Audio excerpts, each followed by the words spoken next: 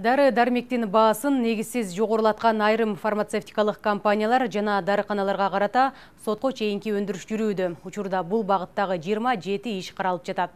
Мындай маалымат республикалык ыкчам штабтын жыйынында айтылды. Отурумда ошондой эле Саламаттык сактоо министрлигине мамлекеттик сатып алуулар аркылуу дары-дармектер менен медициналык жабдууларды алып келүү боюнча иштерди күчөтүү тапшырмасы берилди.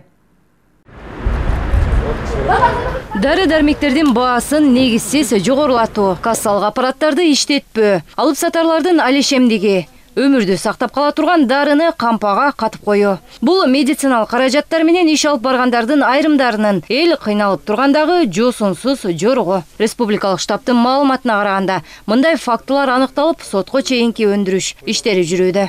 Баалар боюнча, дефицит боюнча ГСБ бир топ текшерүү иштерин жүргүздү. Биздин маалыматыбыз боюнча баалардын жогорулашы, башка ушундай нормаларды бузуп баргандай маселелердин негизинде 27 досудебное производство иш жүргүзүлүп атат азыр. Акыркы эле мына 15 күндүн ичиндеги болгон маселе бул. Булардын бардыгы ушу фарм компаниялар, аптекалар, основном ушу шаардагылар болуп атат.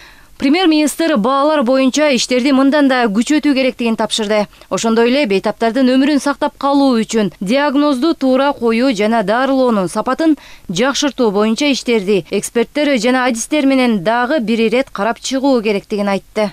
Кимдики туура болсо, ошого баш ийип, ошону туура деп кабыл алганга аракет кылалы.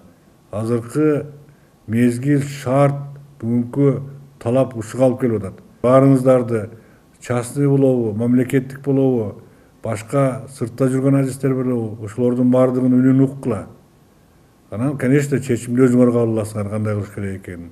Тез аранын ичинде туура диагноз коюп, туура дарылоонун шартын түзүүгө бүгүндөн калтырбай безотлагательно ошону караңыздар.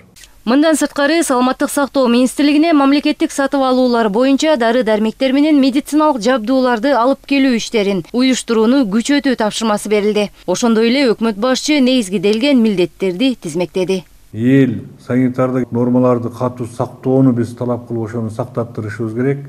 Экинчиси туура шарт түзүп, туура лечение жүргүзүп, медикаменттер менен убагында камсыздап берүү маселеси. Бүгүнкү күндөгү негизги острый маселе ушулар болуп турат. Бардыгыңыздар ушунун үстүнөн иштешиңиздер керек. Региондор самостоятельно медикаменттердин запастарын түзүүнүн үстүнөн дагы эле иштегилегин. Буну айтканмын, дагы ошону күчтөтүп дагы иштеңиздер.